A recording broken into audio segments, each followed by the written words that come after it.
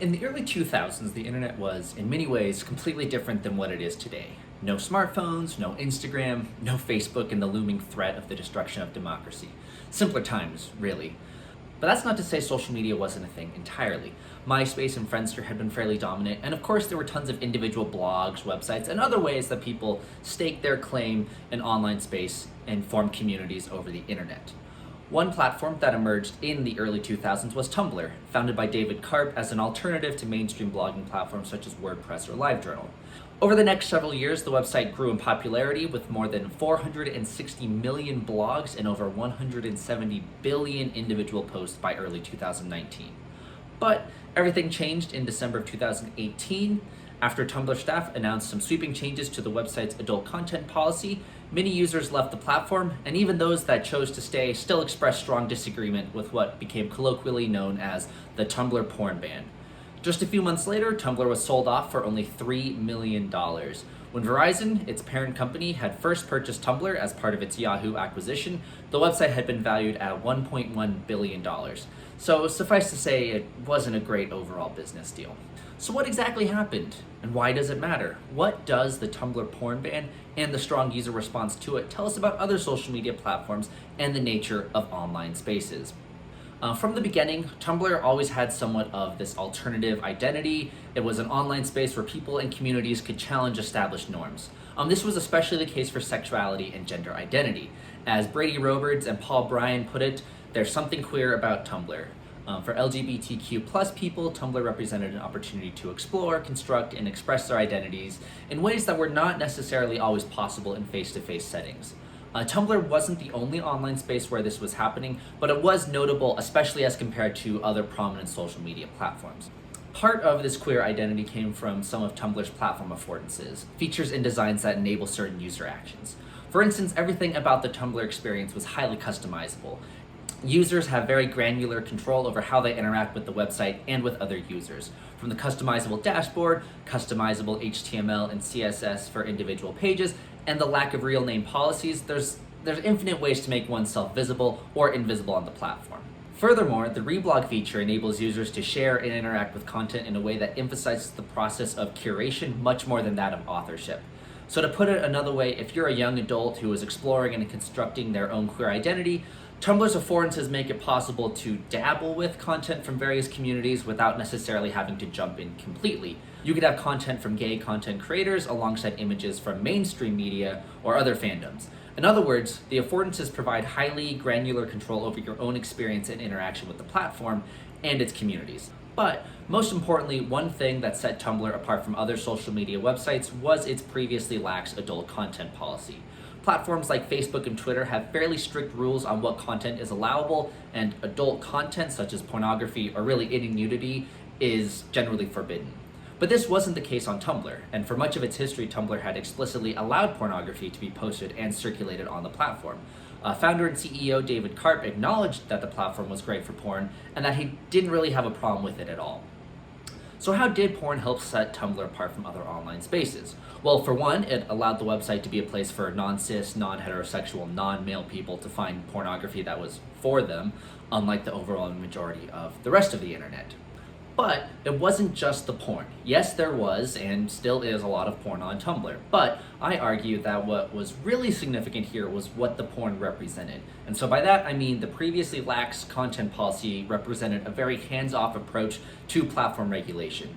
Users had significant autonomy and control over their own experiences in that online space and can do just about whatever they wanted, unhindered by the website or its owners. And so this content policy contributed significantly to Tumblr's unique identity and overall feel of the online space. Changing the policy would inadvertently change the entire platform too. And that's exactly what happened at the end of 2018.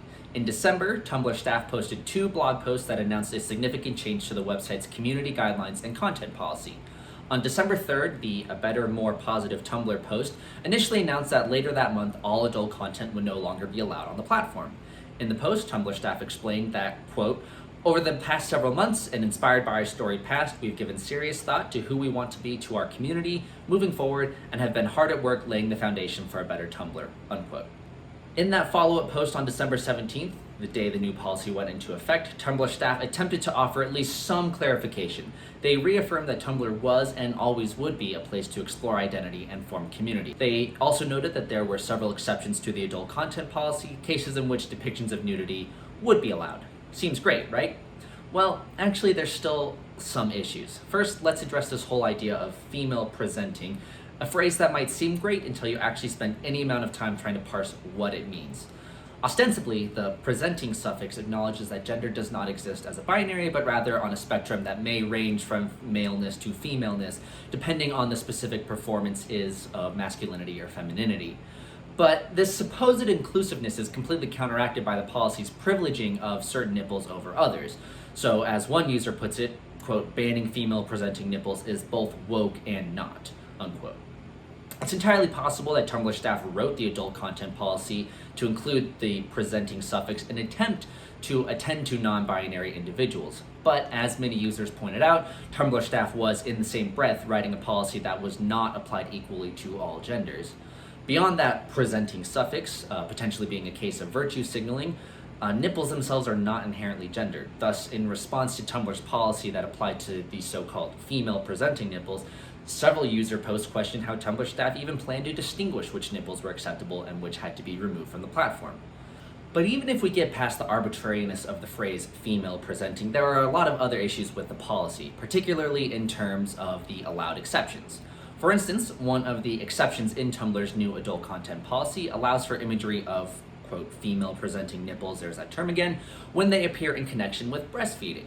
At first glance, this may be read as an inclusive and empowering exception, but it also serves to categorize and exclude other bodies. So if you are a mother who chooses to breastfeed, then your body is more than welcome on the Tumblr platform.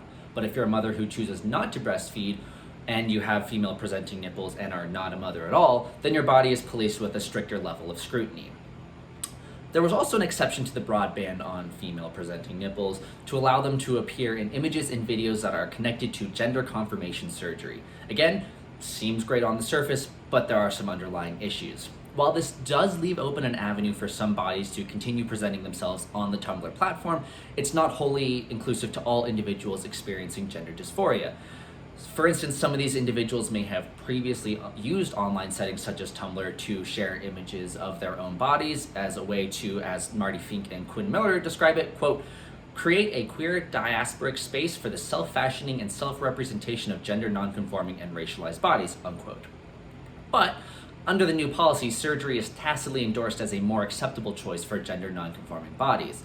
Those who choose surgery have more opportunities to present themselves and their bodies on the Tumblr platform than individuals who might choose to forego surgery. And so even though these exceptions to the policy on female presenting nipples may seem to be beneficial in that they allow some degree of individual user freedom, there are also moments where the corporation specifically reaches across online space to exercise its power over individual user bodies. All of this is to say that Tumblr staff was trying to present this new policy as being in the best interest of its users and truly to make a better, more positive Tumblr. And who knows, maybe they did genuinely think that they were doing a good thing. The website used personal language and this corporate personhood framing, that is, talking to its users as if it were a user, to try and justify the new policy. But of course, it was still the complete unilateral definition of what Tumblr and that online space was.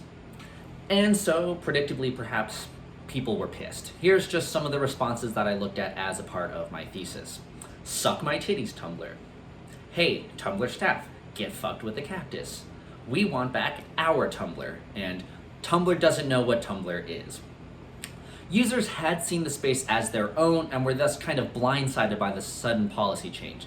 Even though the website's owners absolutely have the right and the ability to change just about anything and everything about the platform, the users still felt like they had had some stake in shaping the space and its overall feel and identity. So when the policy changed, they were really upset and taken aback, even if they weren't necessarily using Tumblr for pornography. So again, it wasn't necessarily the porn itself, but it's what the porn represented. So the controversy that emerged around the Tumblr Porn Ban highlights the tensions at play when it comes to defining and shaping an online space. It's not just the owners of that platform or website that set the terms of what that space is. It also matters how individual users and their communities come to inhabit and use that space. To describe this process, I came up with the analytical tool of the Platform Triad. So together, users, corporations, and government shape an online space. Each of them have at least some control over that online space, what it is and what it becomes. In the case of Tumblr, it was primarily a user-company conflict, although the government still had a somewhat indirect role in defining the space. In fact, one of the reasons that Tumblr may have taken such drastic action on its adult content policy was in response to the spread of child pornography on the website, which is something that had the potential to create legal trouble for the platform. But overall, the crux of this controversy and most of the discussions around it came between users wanting to respond to the corporation, those two parts of the triad being in conflict over how that online space should be defined. For all online spaces, the relationship between these three groups and how they contribute to the online space will be somewhat different. For instance, the balance of power on Tumblr is going to be very different than that on Sina Weibo in China, which has a lot more government control, and both are going to be very different than, say, 4chan, which really is a lot more user-driven and a lot less direct control from above. Of course, these three are almost never equal. Yes, corporations and governments will almost always have more power than individual users, and that's a bummer. But there is a glimmer of hope in the fact that the user does still have some role in this picture. And so identifying the specific role of these three parts of the triad can be an important tool for understanding how any given online space is operating. So when we see things such as Trump's spat with Twitter and his threat to redefine Section 230 of the Communications Decency Act, or the implementation of Facebook's oversight board, we're seeing moments where an online space is kind of in flux and being reshaped and redefined. And so the analytical tool of the Platform Triad gives us an entry point or a way to conceptualize the various forces that are at play and how they interact with one another. A platform is not simply the result of its corporate owners and government power. Individual users and their day-to-day practices in online spaces also contribute to the definition and characteristics of the platform. The three components of the Platform Triad are always interwoven and cannot necessarily be taken wholly in isolation. Pinpointing their overlaps and overall push and pull on one another is a way to make visible a more positive path forward for the future of the internet. We live so much of our lives in online spaces, and therefore we owe it to ourselves and to each other to think hard about what we want that space to be. If you are interested in any of this and want to get in touch, or if you have any questions, my contact information is down below, and you can also find a link to the full thesis document if you want to look through that and read through some of the more specific details from this overall project.